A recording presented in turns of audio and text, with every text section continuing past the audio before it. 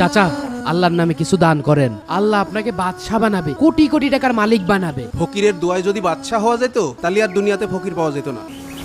আমি যদি তোমাকে বাদশাহ হওয়ার রাস্তা দেখাতে পারি, তুমি কি আমাকে উমরা করাবে? ঠিক আছে চাচা। তোমার কাছে কত টাকা আছে? 50 টাকা আছে। ওই 50 টাকার জিলেপি কিনে রাস্তায় মানুষের মাঝে হাসি মুখে বিলিয়ে দিবা, বিনিময়ে কিছু চাইতে পারবা না। আচ্ছা ভাই, 50 টাকা জিলেপি দেন দিনি, লোকজনের দিয়ে দি। ও ভাই, এই নেন জিলেপি নেন, আপনিও নেন। চাচা, আমার 10 লাখ টাকার লটারি লেগে গিয়েছে। কিভাবে লাগলো এই লটারি? মাসখানেক আগে এক ভাই 100 টাকাতে ভুল করে এই লটারিটা কিনে ফেলিল, পরে আবার 100 টাকায় আমার কাছেই বিক্রি করে দিয়েছে। এই 10 লাখ টাকা তোমার না, এটা তোমার কাছে রাখা একটা আমানত। এই 10 লাখ টাকা দিয়েই ছেলেটা হবে কোটিপতি, আর টাকাটা ফিরিয়ে দিয়ে তুমি হবে সত্যিকারের বাচ্চা।